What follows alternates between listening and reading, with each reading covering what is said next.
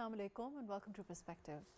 The observance of Syed Ali Geelani's third death anniversary underscores the importance of his legacy, his enduring impact of his struggle for the cause of Kashmiri Muslims. We'll be talking about what his legacy means for the Kashmiri brethren, for the Kashmiri diaspora all over the world, and what it means for the cause of Indian occupied Kashmir, illegally Indian occupied Kashmir, and his struggle all through his life. We'll be talking about that. We'll also be talking about, of course, the elections at this time, which are on the agenda as far as the occupied Kashmir is concerned, whether it will mean a change in the real sense for the Kashmiri brethren in illegally occupied Kashmir. We'll be talking about that. We'll be talking about, of course, the struggle overview of it, and what can we see looking forward for those Kashmiris who look for any ray of light every day. All of that today on Perspective. I have with me Dr. Awais Bin Wasi, who is a Kashmir affairs expert. Thank you for being with us today. We also have with us Zaman Bajwa, who is Executive Director, Youth Forum Kashmir, and thank you for being with us today. And Dr. Jamil, who is a former ambassador. Thank you for joining us today. We also have with us Shameem Shawl, who is leader APHC. Thank you for joining us today. I'm going to go to Dr. Jamil and then come to the studio. Dr. Jamil, we're talking about the, of course, the legacy of a leader like Syed Ali Geelani and what it means for the Kashmiris all over, and particularly for the struggle of the Kashmiri brethren. As they continue to struggle, and we know that the barbarity that is happening, what India is capable of. How do you look at that, and what is your overall view of it? Well, Mr. Geelani was not only the symbol of the struggle for Kashmiris. He is a symbol of struggle. He's a symbol of freedom for people, those who struggle for the freedom for the entire world. And whatever he's been doing, he's been keeping himself within the framework of the international law. And this is what he has been advocating during all his movement and the struggle which he's been making. And that was his very good and a plus point, which is in harmony with the international norms and trends and international laws. And here I'll also refer the various examples.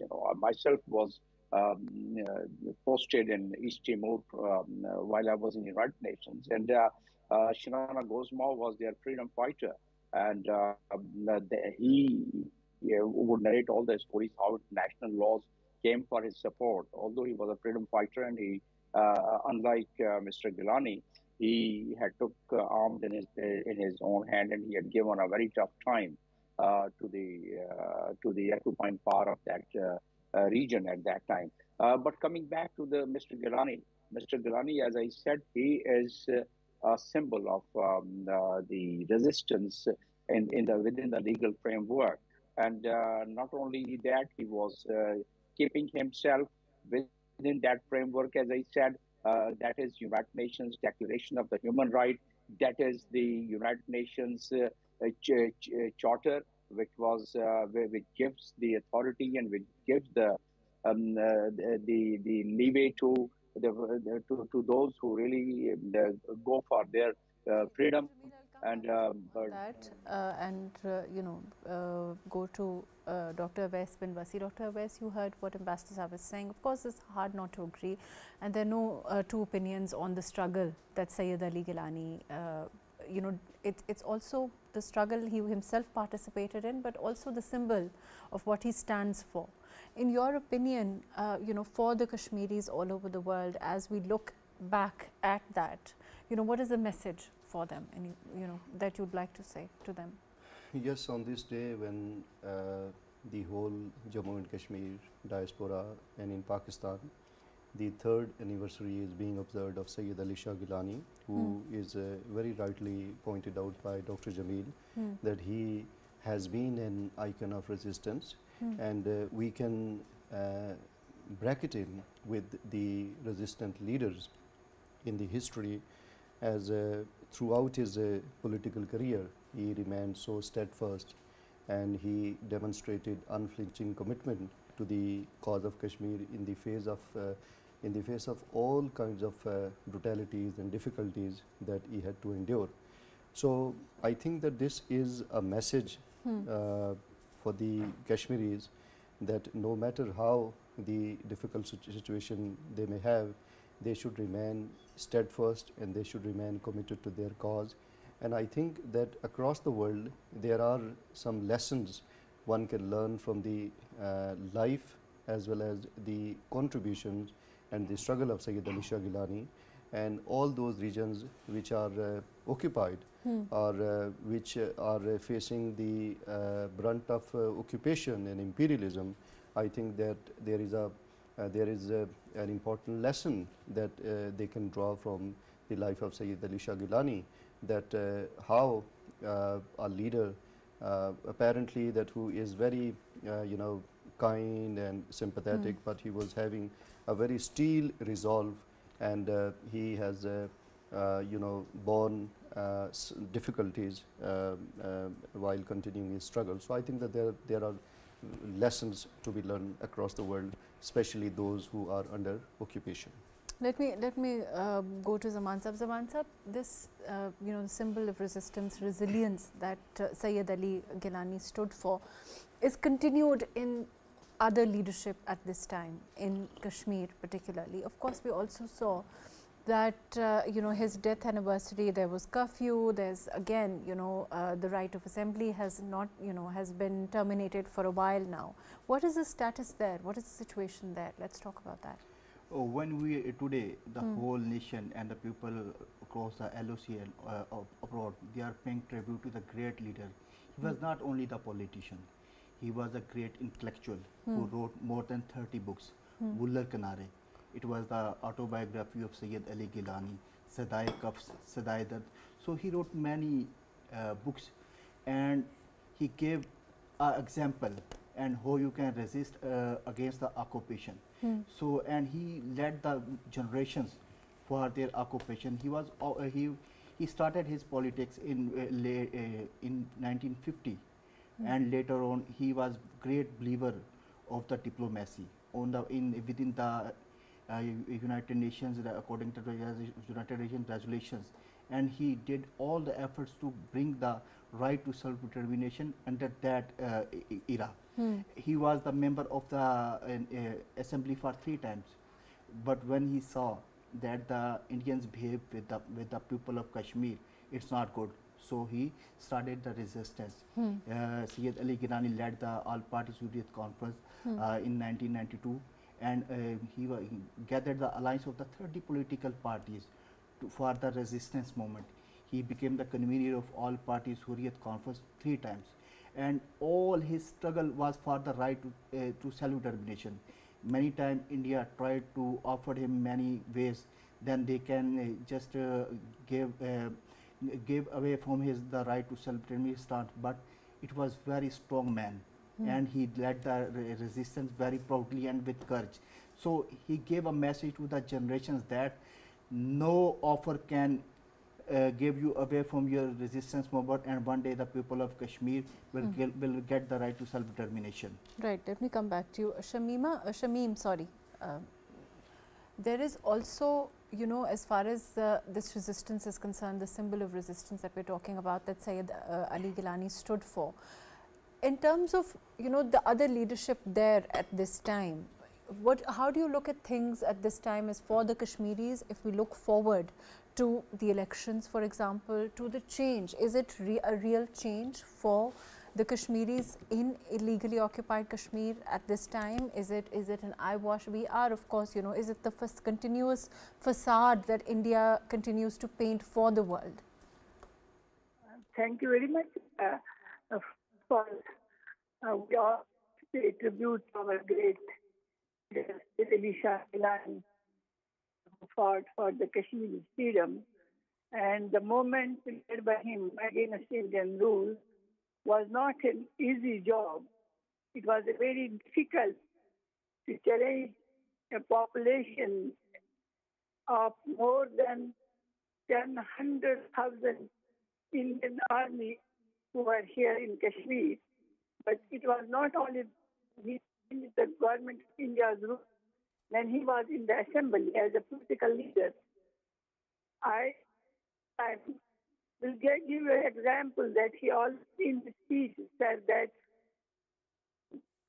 or not the substitute of discrimination, although he fought the election in Kashmir, and he was of the opinion that peaceful and political resistance is not a world that we want the right to self-determination, and we believe in the peaceful resistance movement.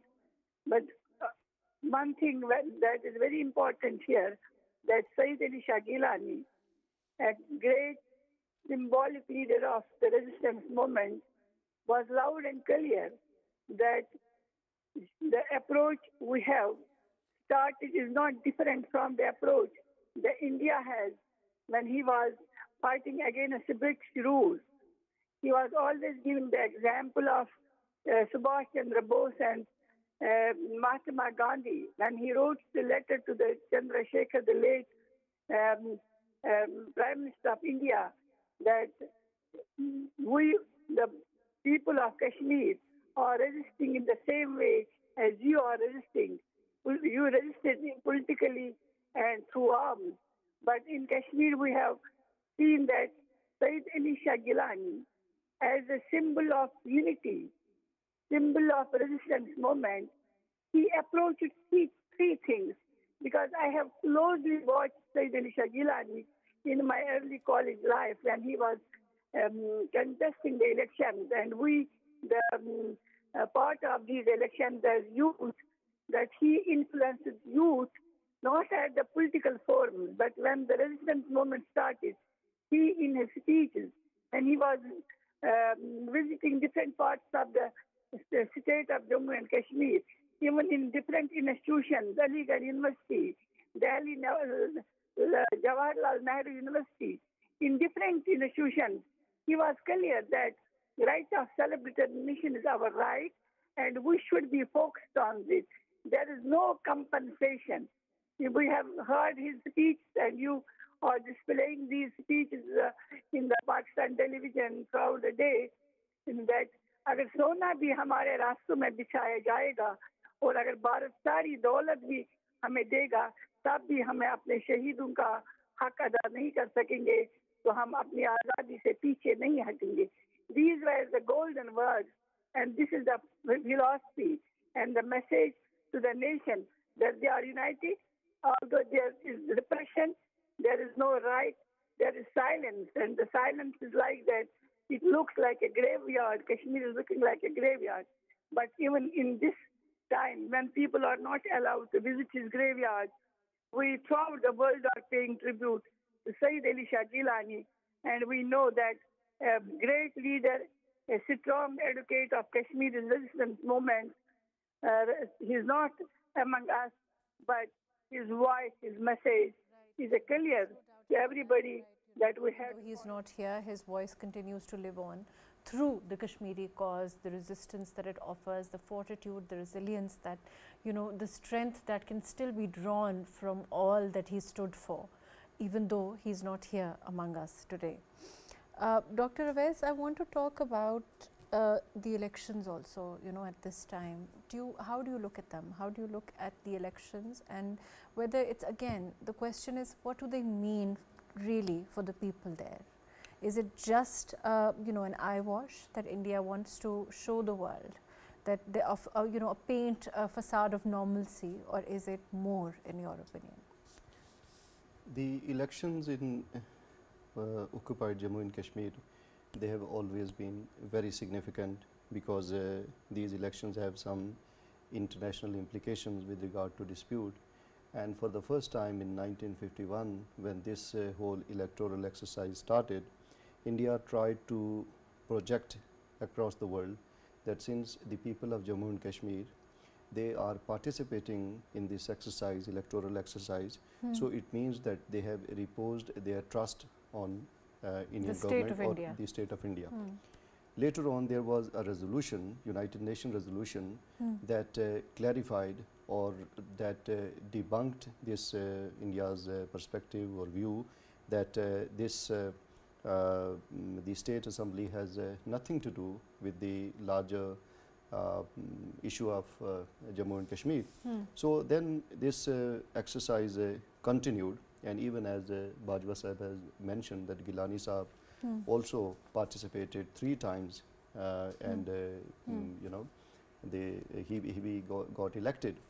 So in fact he wanted to exercise this democratic channel that if there is some opportunity to have the right to self-determination through this assembly or through this any democratic institution, let it be exercised and let it be exploited.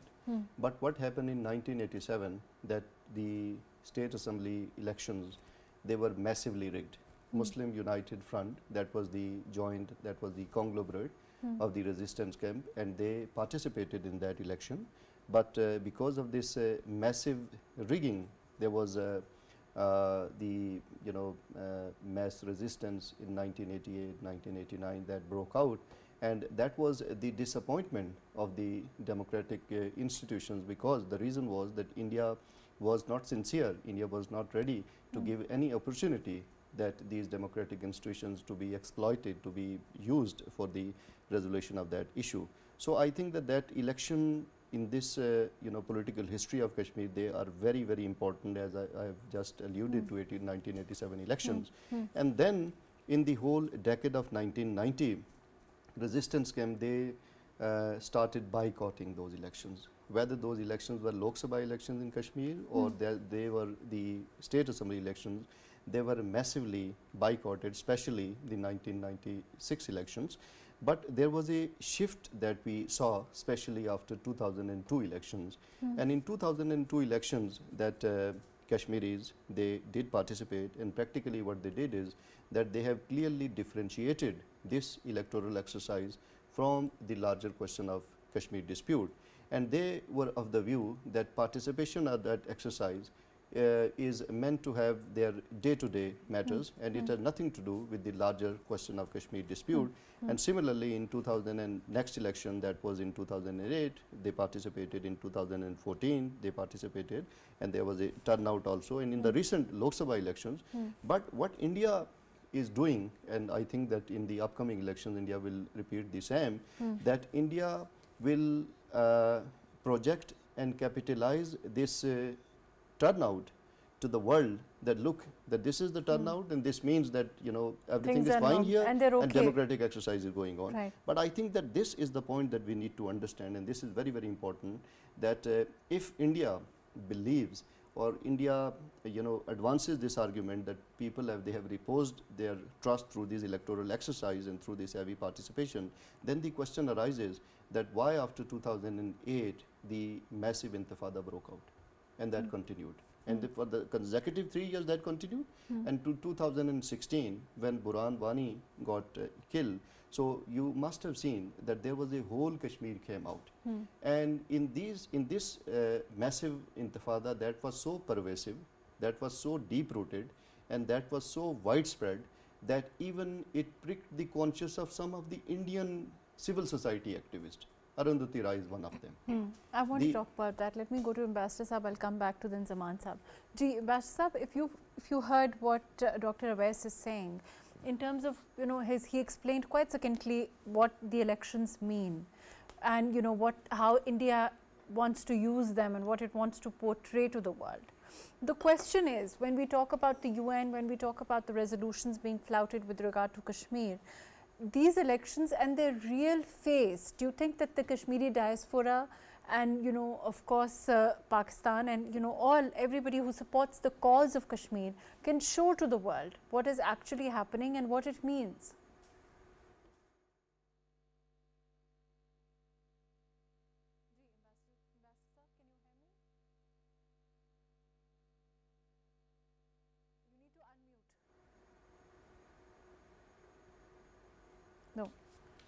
Ambassador, can you unmute, please? Diaspora abroad, well, they definitely echo their voice to raise this point of the biggest dispute which is on the agenda of the Security Council. So yes, it's very important. But is there a room for more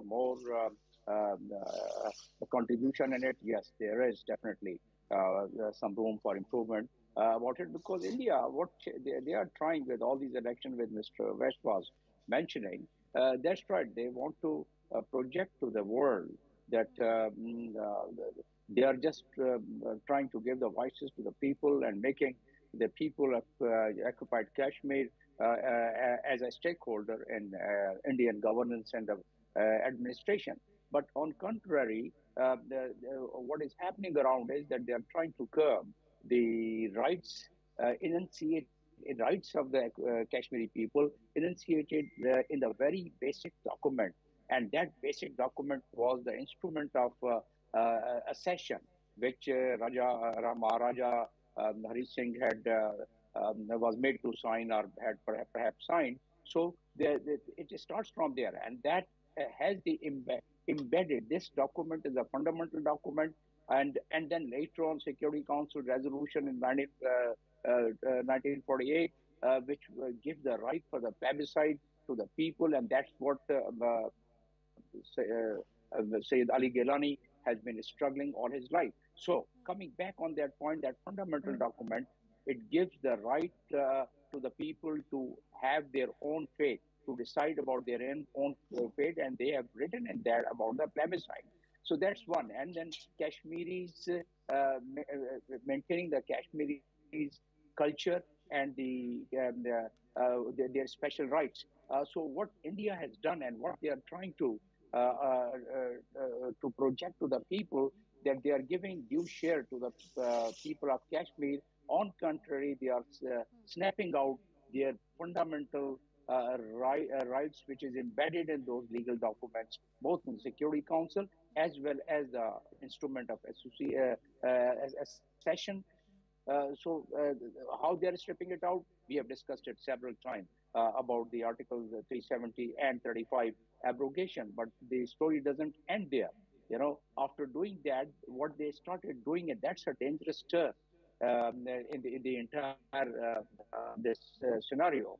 And that dangerous turn is that the domicile law, which they have, and then the laws which they have amended, and all these things, if we go deep into the constitutional issues of both Indian Constitution, which says that without the resolution passed by the Constituent Assembly of the Kashmir, occupied Kashmir, they cannot amend the article. That's one part, but then somehow they have taken an endorsement and a stamp from the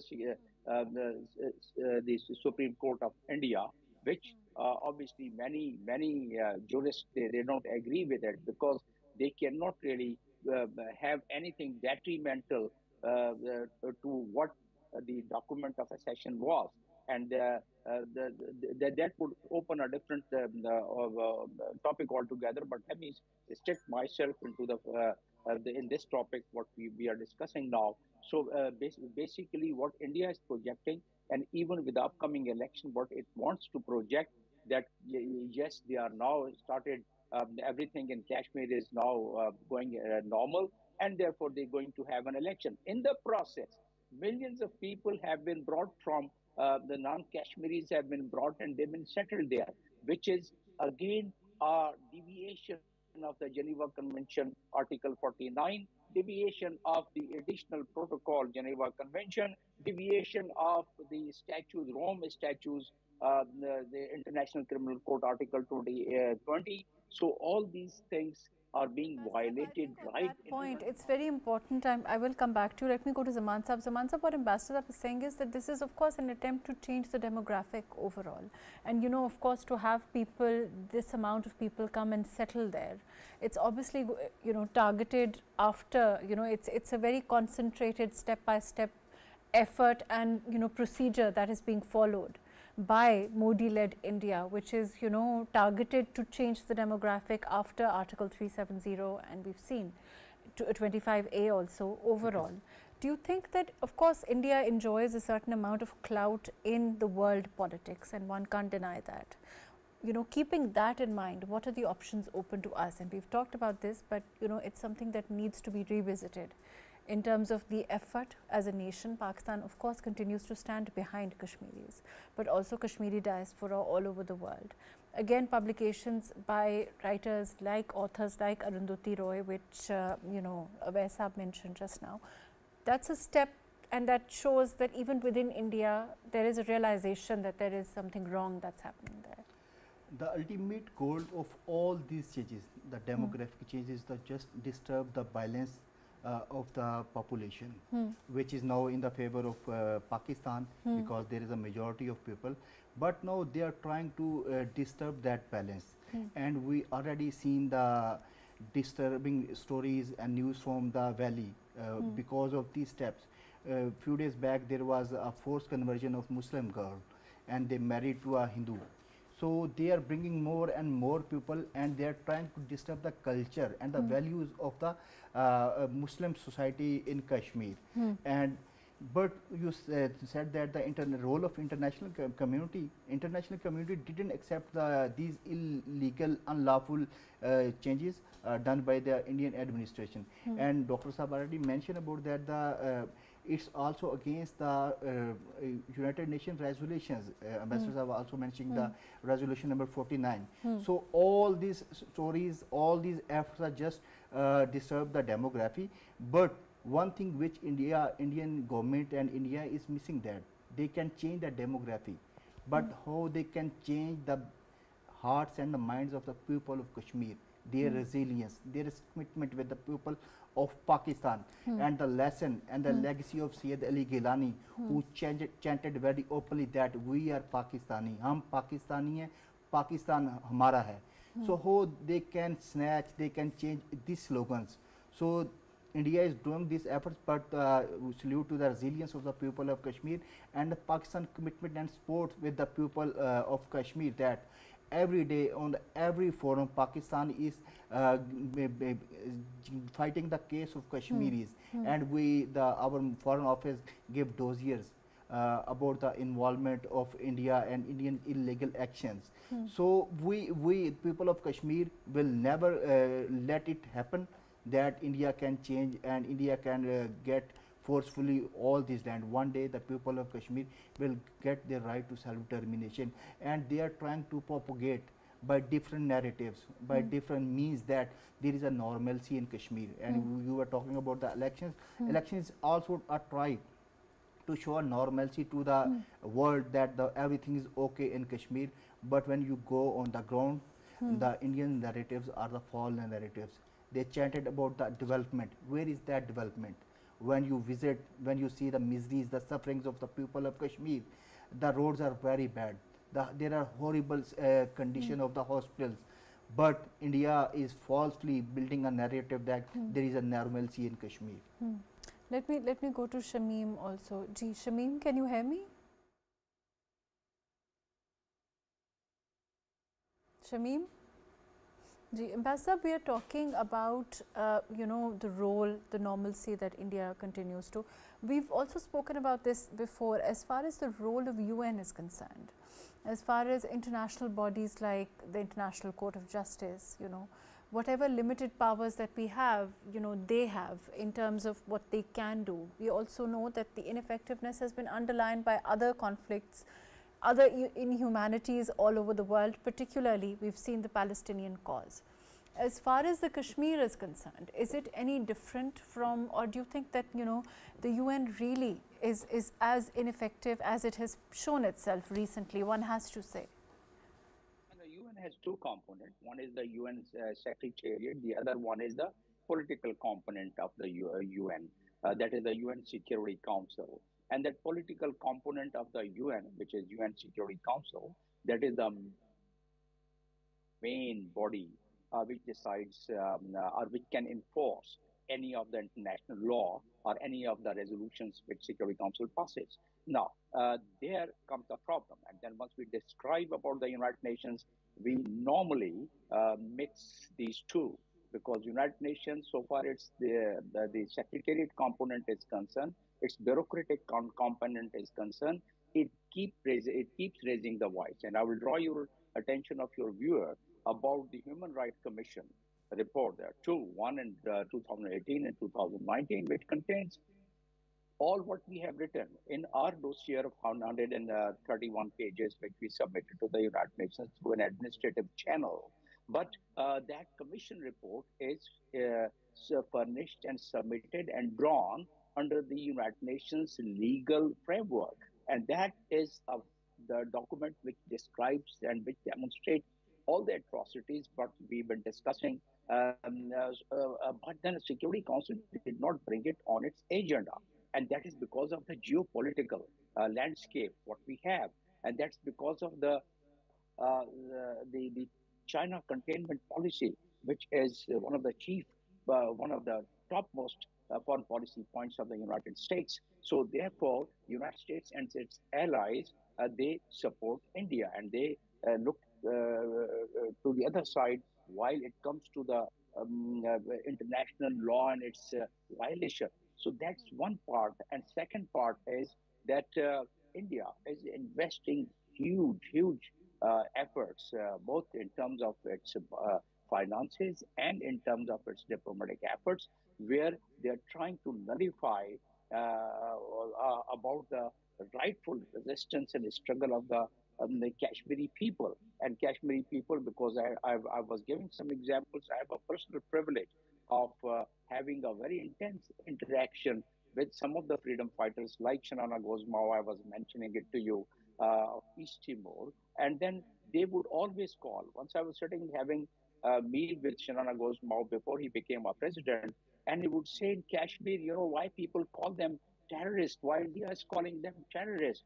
They are the freedom fighters. I have been a freedom fighter all my life, so I know what's the value of it. And he then, of course, draw the parallel, and he said that, you know, it's within the legal framework what I just mentioned to you. So India, what they are trying to do is that they are taking full advantage of the geopolitical landscape, and therefore the resolutions and the two commission reports which I just mentioned, they are somehow trying to keep it. They are not trying to now. They are trying to that it should not come on the agenda of the Security Council, because if it comes on the agenda of the Security Council, either it would be vetoed, and if it is not, if the United States and its allies like France, the veto power, if and the UK, the veto power, if they are aligned with the United States, they definitely the Security Council resolution would forcefully implement some of these international laws, which is a Security Council resolution. Plebiscite is included in it. It's such a clear case. But isn't implementation, like you are saying, let me go to Dr. Awais on this. Dr. Awais, you heard what Ambassador Saab was saying. Isn't implementation a huge issue? With a place like India, with the clout that they have, with the relationship that they have, even, you know, in the background of the reality that is continuing to permeate, but, you know, very little of it is. Yes, about the implementation of United Nations resolution you are talking about. Yes.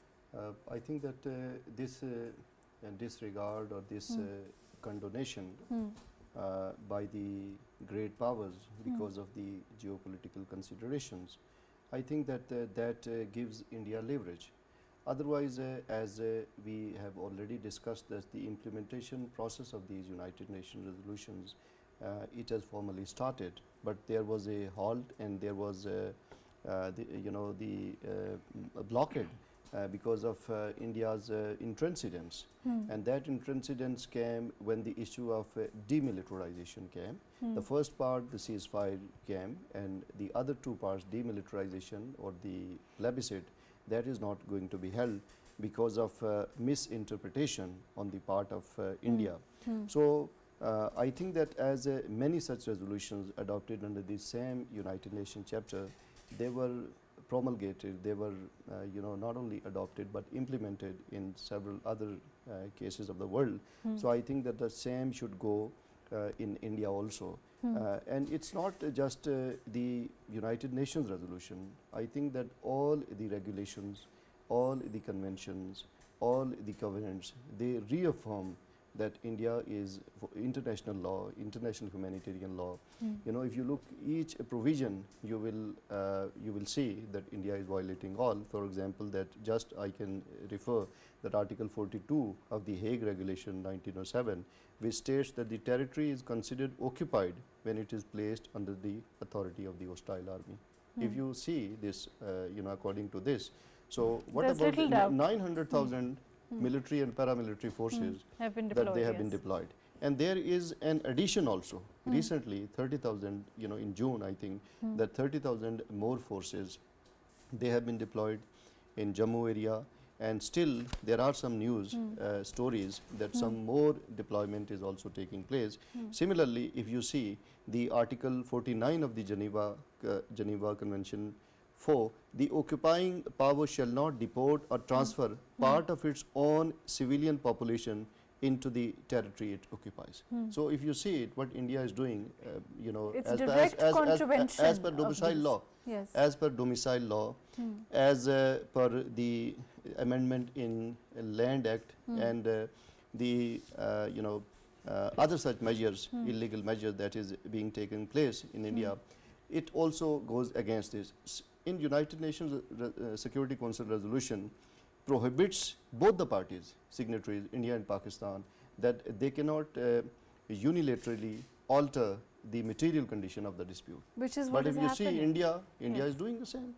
So I think that when there was an interest of the great powers, especially when they were trying to contain this communist emergence, USSR, at that time these resolutions were adopted.